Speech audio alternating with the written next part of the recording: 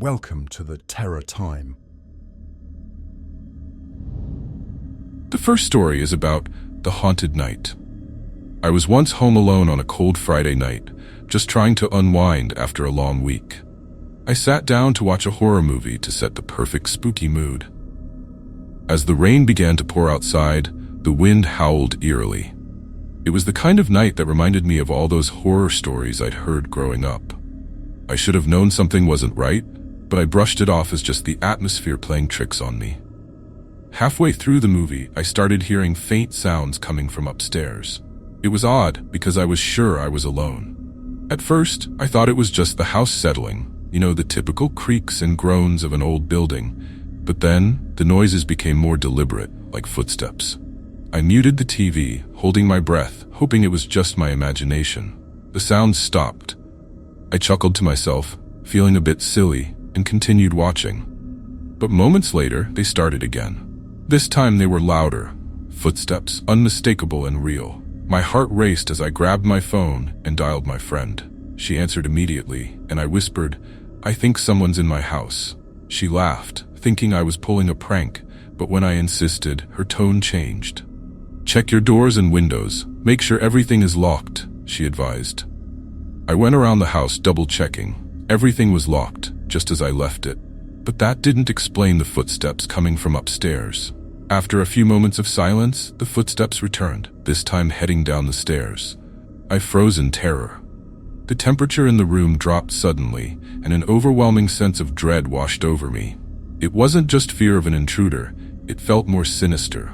It felt supernatural. I hung up on my friend and slowly approached the staircase. As I reached the bottom step, I saw something that chilled me to the bone. A dark figure, almost human but not quite, stood halfway down the stairs, its eyes glowing faintly in the dim light. It didn't move, but I felt its gaze piercing right through me. In that moment, every ghost story I had ever heard came rushing back. I couldn't believe it. Was this some kind of evil spirit? My instincts screamed at me to run, but my legs felt glued to the spot. The figure tilted its head slightly, and the air grew even colder. Suddenly, it vanished, just like that. One moment it was there, and the next, it was gone. I didn't stick around to find out if it would come back. I bolted out of the house, not caring about the pouring rain. I stood in my driveway, drenched, staring at my darkened home, trying to process what had just happened. I called the police, reporting an intruder, though deep down, I knew what I had seen wasn't human. When the officers arrived, they searched the house from top to bottom. There was no one there, no signs of forced entry, nothing out of place. Before leaving, one of the officers, an older man with a weary expression, pulled me aside and said quietly, "This house, it has a history. Some say it's haunted. Be careful." My blood ran cold as I recalled stories of haunted houses and unsolved mysteries. Could it be that my house was truly haunted? That night, I didn't sleep. Every noise, every creak sent chills down my spine. Was it over, or would the figure return? Even now, the memory of that encounter haunts me. And every time I'm home alone, I can't shake the feeling that something or someone is still watching me. The second story is about the unseen terror. I was once home alone during the summer. The day had been scorching, and as the night settled in, I was grateful for the cool breeze blowing through the open windows. I had spent the evening watching some true horror stories online, thinking they'd be the perfect way to wind down. Little did I know, I was about to live through one of my own. Around midnight, I began hearing odd noises coming from the backyard. At first, it sounded like the wind rustling through the trees, but then it got louder, like footsteps crunching through the gravel. I peered out the window, but couldn't see anything in the darkness. Shrugging it off as my mind playing tricks, I tried to relax. Minutes later, the sound of something tapping on the glass startled me. It wasn't the gentle patter of rain, it was deliberate. I got up and went to the window, heart pounding. Again, nothing. My paranoia kicked in, and I quickly shut and locked all the windows. Sitting back down, I tried to calm myself. Maybe it was just a branch or some animal, I thought. But then, the tapping resumed. This time, it was coming from the kitchen window. My stomach churned. I tiptoed into the kitchen, my nerves on edge. The house felt colder now, more unsettling. As I reached the window, I hesitated. Slowly, I peeked out and my heart nearly stopped. There was a figure standing at the edge of the yard, barely illuminated by the moonlight. It wasn't a person. It looked too distorted to be human. Its posture was hunched, its limbs unnaturally long. I stepped back, trying to convince myself that it was just my imagination or a trick of the light. But deep down, I knew this was something far more sinister. I had heard stories of people seeing such figures before something terrible happened, and tonight it seemed like my turn. Suddenly, the kitchen lights flickered, and the tapping on the window became more frantic, like it was trying to get inside. My throat tightened with fear. I backed away slowly, keeping my eyes on the window, but the figure remained, unmoving, watching. I locked the kitchen door and raced back to the living room. Grabbing my phone, I called the police. As I explained what was happening, the dispatcher tried to calm me, but I could hear the doubt in her voice. "It's probably just someone messing around," she said. But this didn't feel like a prank. This felt like a nightmare. As I hung up, I heard something even worse, the front door creaking open. My blood ran cold. I had locked that door. Slowly, I moved toward the entrance, my hands shaking. The door was ajar, but there was no one there. My mind raced, wondering if the figure had somehow gotten inside. Suddenly, the lights went out completely, plunging the house into darkness. I could hear footsteps now, slow and deliberate, moving closer. I froze, too terrified to move. In the pitch black, I could feel its presence, whatever it was, just feet away. Then the smell hit me. It was rancid, like rotting meat. The air around me grew heavy, suffocating. I could hear breathing, shallow and raspy, right behind me. I bolted upstairs, locking myself in the bedroom. The footsteps followed, growing louder and faster. I huddled in the corner, holding my breath as the doorknob rattled violently. The door shook as if something was trying to break through. I was trapped. My mind flashed through all the stories of paranormal encounters I had heard, wondering if this was some evil spirit or something worse. A demon. The door suddenly stopped shaking, and silence filled the house. I stayed there, paralyzed with fear, until the first light of dawn crept through the window. I finally gathered the courage to open the door, but there was no sign of anyone. No sign that anything had even been there. The police showed up a few hours later, but they found nothing. No forced entry, no footprints, nothing. They left, convinced I had imagined it all. But I know what I saw, what I felt. Whatever it wasn't human, and it wasn't gone. Even now, I can't explain it, but I never stay home alone anymore. Because sometimes the things we can't see are the things that can hurt us the most. The third is about the whispering shadows.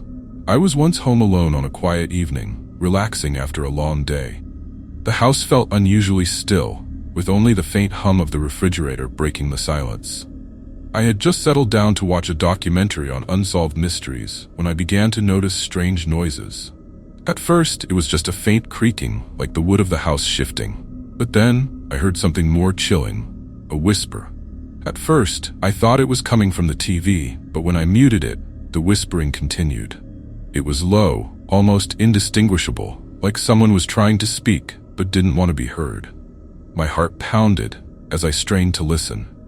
It sounded like it was coming from the hallway. Cautiously, I got up to investigate. The hallway was dark, the only light spilling in from the living room. As I stepped closer, the whispers grew louder, more insistent. My throat tightened with fear. I stood frozen at the entrance, peering into the darkness. For a moment, I thought I saw something move, a shadow darting across the wall. I told myself it was just my imagination, that maybe the horror stories I'd been watching earlier were getting to me. But deep down, I knew this was something more. It felt wrong.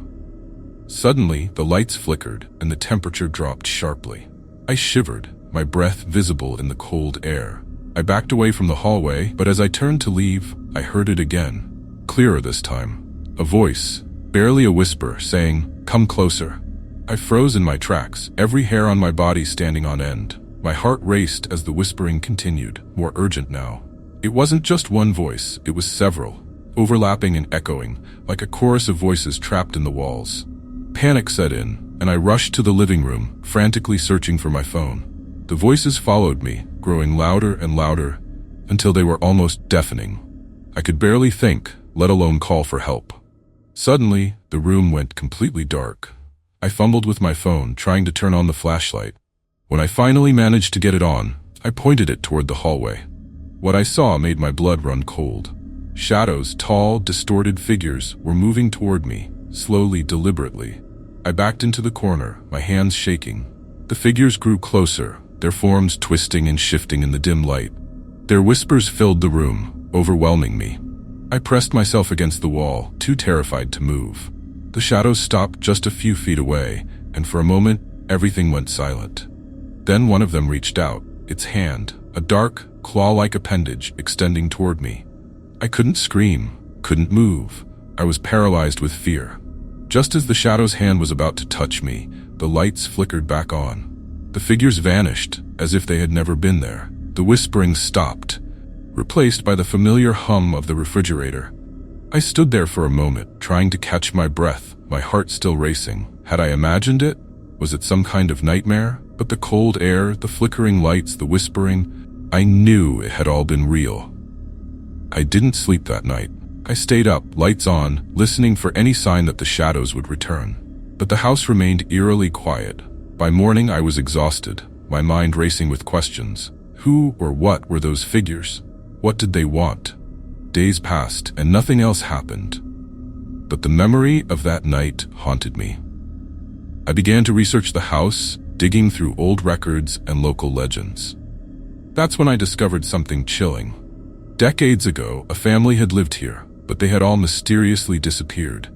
No bodies were ever found, and the case remains unsolved to this day. People whispered about the house being haunted, that the spirits of the family still lingered, waiting for someone to join them. I didn't want to believe it, but after what I'd seen, I couldn't deny the possibility. Now, every time I walk past the hallway, I feel the cold air, and sometimes, late at night, I hear the whispers again, faint but unmistakable. I know they're still there, watching, waiting, and I know one thing for sure, I'll never be home alone again. The fourth story is about the silent watcher. I was once home alone on a windy autumn evening, the kind of night that felt perfect for curling up with a horror movie. The trees outside scratched against the windows, making eerie sounds as the wind howled. I sat on the couch, watching a true horror story unfold on the screen when I suddenly felt the unmistakable sensation of being watched. At first, I dismissed it as nothing more than paranoia. After all, I had been watching scary stories all night, and my imagination was probably running wild. But as the minutes passed, the feeling grew stronger. It wasn't just a fleeting sense of unease. It was like something, or someone, was intently observing me. I glanced around the room, expecting to see nothing but shadows. However, when I looked toward the large window facing the backyard, my heart nearly stopped. There, standing just outside, was a figure. A dark silhouette, barely visible against the night. I blinked, hoping it was a trick of the light. When I looked again, the figure was still there, staring straight at me. I couldn't make out any details, but the presence felt threatening. My mind raced, thinking of every horror movie I had ever seen, every haunted house tale that ended in terror. I scrambled to my feet, heart pounding, and grabbed my phone. I dialed 911 with shaky hands, explaining that there was someone standing outside my house. The dispatcher tried to calm me down, saying that officers were on the way, but I could barely hear her over the sound of my own fear. As I waited for the police to arrive, I kept my eyes on the window. The figure hadn't moved. It just stood there, silently watching. I couldn't see its face, but I could feel its gaze. The house, which had felt so familiar and safe, now felt like a trap. Then, just as suddenly as it had appeared, the figure was gone. One moment it was there, the next, it vanished into the darkness. I let out a shaky breath, hoping that maybe the nightmare was over. But deep down, I knew it wasn't. Minutes later, I heard a loud thud coming from upstairs. My stomach dropped. The figure hadn't left, it had found a way inside. I grabbed a kitchen knife, my only means of defense, and slowly made my way upstairs.